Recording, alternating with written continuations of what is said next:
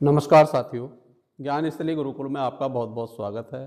साथियों, आज का हमारा टॉपिक है संघ लोक सेवा आयोग। संघ लोक सेवा आयोग क्या होता है? संघ लोक सेवा आयोग की बहुत सारे अभ्यर्थी तैयारी करते हैं। तैयारी करने का उद्देश्य क्या होता है, इसके बारे में हम बात करेंगे। साथियों, सबसे पहले मैं आपको बता दूं, किसी भी सब्जेक्ट को पढ़ने के लिए हमें यह पता होना बहुत ज़रूरी है कि हम इस सब्जेक्ट को क्यों पढ़ रहे हैं। यदि आप पॉलिटिकल साइंस की ही बात करते हैं तो पॉलिटिकल साइंस क्यों पढ़ते हैं, इसका उद्देश्य यह है, यदि आपके हाथ में शासन व्यवस्था सौंप दी जाए तो आप शासन व्यवस्था में अपना शासन कैसे चलाएंगे, यानी कि लोगों को कैसे संतुष्ट करेंगे, लोगों की आवश्यकताओं को कैसे समझेंगे, कैसे उनको संतुष्ट करना, कैसे उनके कार्य करने, ये हमें पॉलिटिकल साइंस सिखाती है। भारत का भौगोलिक क्षेत्र बहुत बड़ा क्षेत्र है। भौगोलिक क्षेत्र को जानने के लिए ज्योग्राफी का पढ़ना बहुत ज़रूरी है। ज्योग्राफी से हम पढ़ने के बाद भारत के भौगोलिक क्षेत्र को समझते हैं। बहुत सारी संस्कृतियाँ होती हैं, बहुत सारी चीज़ें होती हैं जो ज्योग्राफी हमें सिखाती है। तो history, geography, political, math, reasoning, psychology आदि जितने भी विषय हैं, इन सब का पढ़ने का हमारा उद्देश्य अलग अलग होना चाहिए। उद्देश्य सिर्फ ये है कि इसकी कोई भी सब्जेक्ट हम क्यों पढ़ रहे हैं, इसकी हमें आवश्यकता क्यों पड़ती है, ये हमारे दिमाग में सबसे पहला क्वेश्चन होना चाहिए। हमारे दिमाग में क्वेश्चन यह होता है कि केवल हमें कंपटीशन पास करना है। प्रिय अभ्यर्थियों, कंपटीशन तो आप पास कर ही लेंगे। कंपटीशन किस लिए पास कर रहे हैं, आपकी क्या ज़रूरत है, सबसे पहले ये चीज़ समझनी होगी। तो आते हैं अपने टॉपिक की तरफ। संघ लोक सेवा आयोग, UPSC, union public service commission, इसकी फुल फॉर्म है। संघ लोक सेवा आयोग भारत का एक संवैधानिक निकाय है। प्रावधान भारतीय संविधान के अनुच्छेद 315 से 323 में इसकी संरचना की गई है।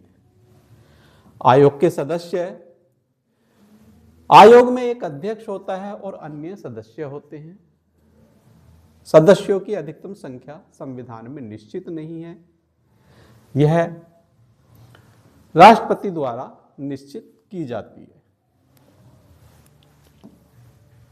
नियुक्ति, अध्यक्ष एवं सभी सदस्यों की नियुक्ति राष्ट्रपति द्वारा की जाती है, लेकिन इसमें प्रधानमंत्री एवं प्रधानमंत्री के मंत्रिमंडल की महत्वपूर्ण भूमिका होती है। उन्हीं की सलाह पर इनकी नियुक्ति की जाती है। सेवा शर्तें, अध्यक्ष व सदस्यों का कार्यकाल 6 साल का होता है या अधिकतम 65 वर्ष की आयु तक होता है। जो भी पहले होगा उसके अनुसार इनका कार्यकाल होगा। अध्यक्ष व सदस्यों का वेतन, भत्ते, ये सभी संसद द्वारा निर्धारित किए जाते हैं, कानून के अनुसार तय होते हैं। सेवा शर्तों में नियुक्ति के बाद नुकसानदेह परिवर्तन नहीं किया जा सकता है, यानी कि किसी भी सुविधा में कटौती नहीं की जा सकती है। पद से हटाना, पद से हटाने के लिए राष्ट्रपति के द्वारा इनको पद से हटाया जाता है और कदाचार या संविधान का पालन न करने पर या मानसिक स्थिति खराब होने पर इनको पद से हटाया जा सकता है, जिसके लिए सर्वोच्च न्यायालय की अनुशंसा अनिवार्य होती है। सर्वोच्च न्यायालय जो उन पर आरोप लगे हैं उनकी जांच करता है और जांच सही होने पर राष्ट्रपति द्वारा उनको उनके पद से हटाया जाता है। दिवालिया, मानसिक अक्षमता, बाहरी रोजगार जैसे मामलों में राष्ट्रपति सीधे हटा सकते हैं। आगे चलते हैं। आयोग की स्वतंत्रता सुनिश्चित करने वाले तत्व, सुरक्षित कार्यकाल, स्थिर सेवा शर्तें, राष्ट्रपति के माध्यम से नियुक्ति, सर्वोच्च न्यायालय की भूमिका इसमें हटाने में होती है। सेवानिवृत्ति के बाद प्रतिबंध, सेवानिवृत्ति के बाद आप कहीं भी सरकारी सेवा में कार्य नहीं कर सकते हैं। सदस्य, राष्ट्रपति या राज्य लोक सेवा आयोग के अध्यक्ष बन सकते हैं। यूपीएससी अध्यक्ष एवं सदस्यों की योग्यता भारतीय संविधान के अनुच्छेद 316 के अनुसार है। ये 316 में क्या कहा गया है? अध्यक्ष और सदस्यों में से कम आधे सदस्य ऐसे होने चाहिए जिन्हें भारत सरकार या किसी राज्य के अधीन कम से कम 10 वर्ष का प्रशासनिक अनुभव हो। योग्यता, अनुभव और क्षमता का निर्धारण राष्ट्रपति द्वारा किया जाता है।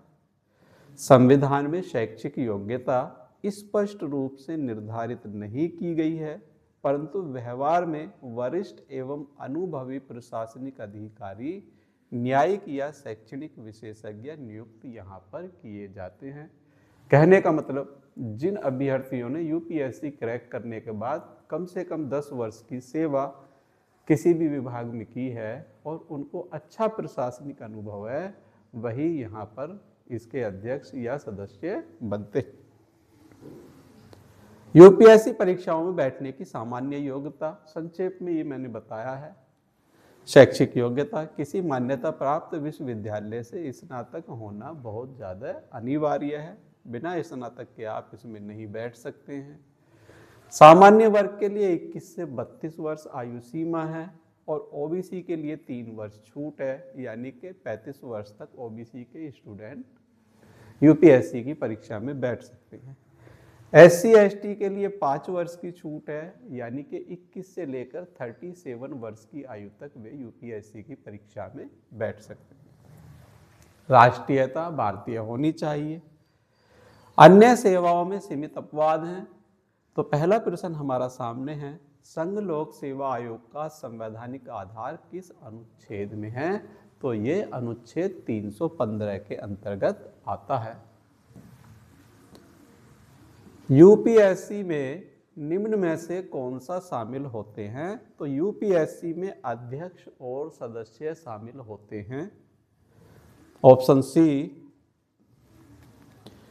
यूपीएससी के अध्यक्ष एवं सदस्यों की नियुक्ति कौन करता है? तो इनकी नियुक्ति भारत के राष्ट्रपति द्वारा की जाती है, लेकिन प्रधानमंत्री एवं उनके मंत्रिमंडल की सिफारिश पर की जाती है। यूपीएससी के अध्यक्ष सदस्य का कार्यकाल कितना होता है? तो यूपीएससी के अध्यक्ष या सदस्य का कार्यकाल 6 वर्ष या अधिकतम 65 वर्ष की आयु तक होता है। जो भी पहले होता है उसके अनुसार इनका कार्यकाल होता है। यूपीएससी के कितने सदस्यों को कम से कम 10 वर्ष का सरकारी अनुभव होना चाहिए? तो आधे सदस्यों को कम से कम 10 वर्ष का अनुभव होना चाहिए। ऑप्शन सी, यूपीएससी अध्यक्ष या सदस्य की योग्यता से संबंधित प्रावधान किस अनुच्छेद में है? तो ये अनुच्छेद 316 के अंतर्गत दिया गया है। योग्यता की बात की गई है तो योग्यता का प्रावधान 316